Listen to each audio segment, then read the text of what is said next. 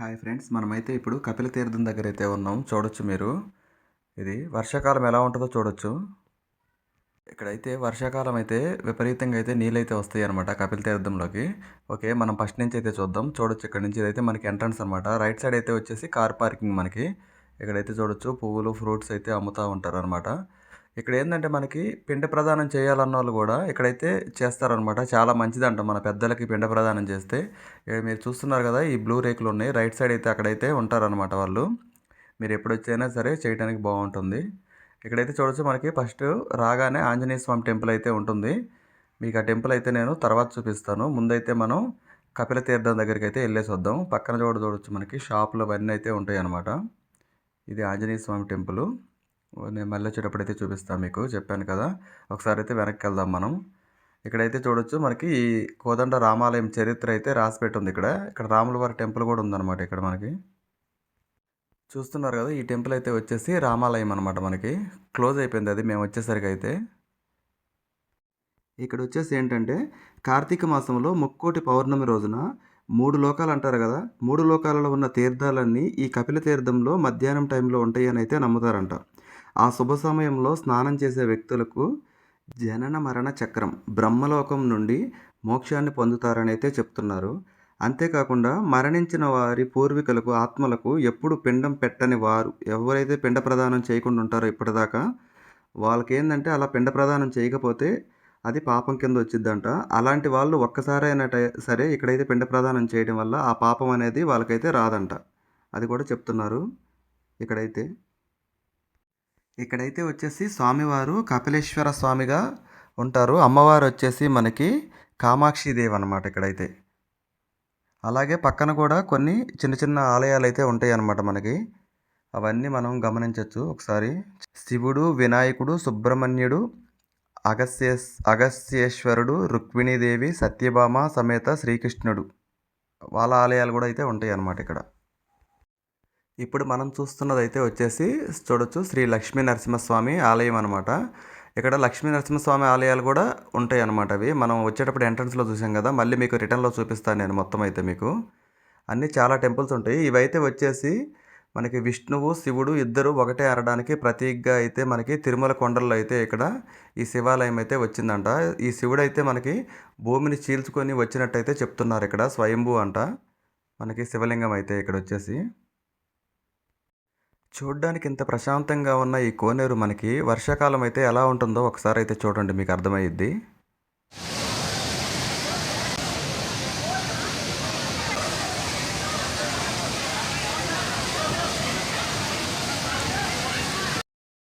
చూశారు కదా, మనకి వర్షాలు ఎక్కువైతే ఈ వాటర్ అయితే మొత్తం మనకి తిరుమల కొండల్లో నుంచి అయితే వచ్చి ఈ కపిల తీర్థంలో అయితే చేరుతుందన్నమాట. వాటర్ అయితే మొత్తం మనకి ఇక్కడ.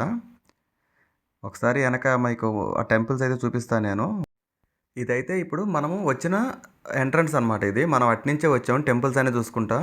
కాకపోతే మీకు అప్పుడు తీయలేదు నేను, ఇప్పుడైతే తీస్తున్నాను అనమాట వీడియో వచ్చేసి. మనం డైరెక్ట్గా వచ్చామన్నమాట. వచ్చేటప్పుడు అయితే మనకి ఎదురుగా కృష్ణుడు ఆలయం అయితే ఒకటి ఉంటుంది మనకి. కృష్ణుడు ఆలయానికి రైట్ సైడ్లో మనకు వచ్చేసి లక్ష్మీ నరసింహస్వామి టెంపుల్ అయితే ఉంటుందన్నమాట. ఇక్కడ మనకి ప్రధానంగా మనం రాగానే ఫస్ట్ మనకి అవి రెండే ఉంటాయి అన్నమాట. చూడొచ్చు. అక్కడ దర్శనం చేసుకున్న తర్వాత అయితే మనం లోపలికైతే వస్తాం. అంటే చాలా వరకు ఇక్కడ స్నానం చేయాలి అనుకున్నప్పుడు అయితే డైరెక్ట్గా మనం కోనేరు దగ్గరికే వచ్చేస్తారు. ఫస్ట్ కోనేరులో స్నానం చేసిన తర్వాతనే మిగతా స్వామివార్లను అయితే దర్శనం చేసుకుంటారు. కపిలేశ్వర స్వామి దగ్గర నుంచి మొదలుపెట్టి మిగతా వాళ్ళందరినీ దర్శనం అయితే చేసుకుంటారు అనమాట ఇక్కడ. చూడొచ్చు, ఈ లైన్ అయితే మనకి కపిలేశ్వర స్వామి దగ్గరికి వెళ్ళే దారి అనమాట ఇదైతే.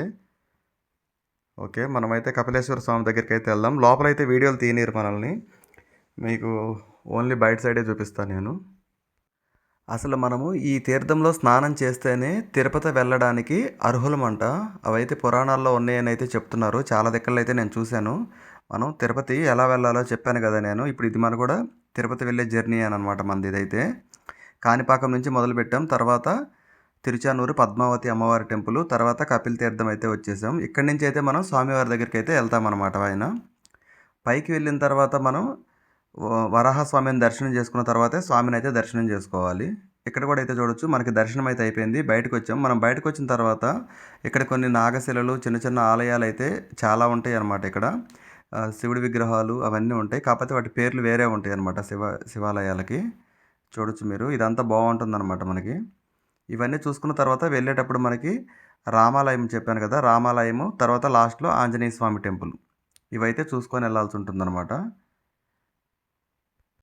చాలామంది భక్తులైతే ఇక్కడ తలనీలాలు కూడా సమర్పిస్తున్నారు. అదైతే మనకి ఆంజనేయ స్వామి టెంపుల్ పక్కనైతే ఉంటుందన్నమాట. అక్కడైతే మనకి తలనీలాలు తీసేదైతే ఉంటుంది. ఎందుకంటే కొంతమంది ఇక్కడ శివాలయం దగ్గర గూడా, ఈ కపిలేశ్వర స్వామి దగ్గర గూడా తలనీలాలైతే ఇస్తున్నారనమాట. మీరు గూడా అలా చేయాలి అనుకుంటే ఉంటుందక్కడ. ఫ్రంట్ సైడే ఉంటుంది. మీకు లాస్ట్‌లో నేనది చూపిస్తానది. ఈ టెంపుల్ అయితే మనకి తిరుపతి రైల్వే స్టేషన్ నుంచయితే 4 కిలోమీటర్లయితే ఉంటుంది. అలాగే మనకి తిరుపతి నుంచయితే మనకి 25 కిలోమీటర్ల దూరం అయితే ఉంటుందన్నమాట ఇదొచ్చేసి. ఈ ఆలయం టైమింగ్స్ అయితే వచ్చేసి మనకి ఉదయం 5 గంటల నుంచి రాత్రి 8 గంటల వరకైతే ఓపెనే ఉంటుందన్నమాట ఈ టెంపుల్ అయితే మనకి.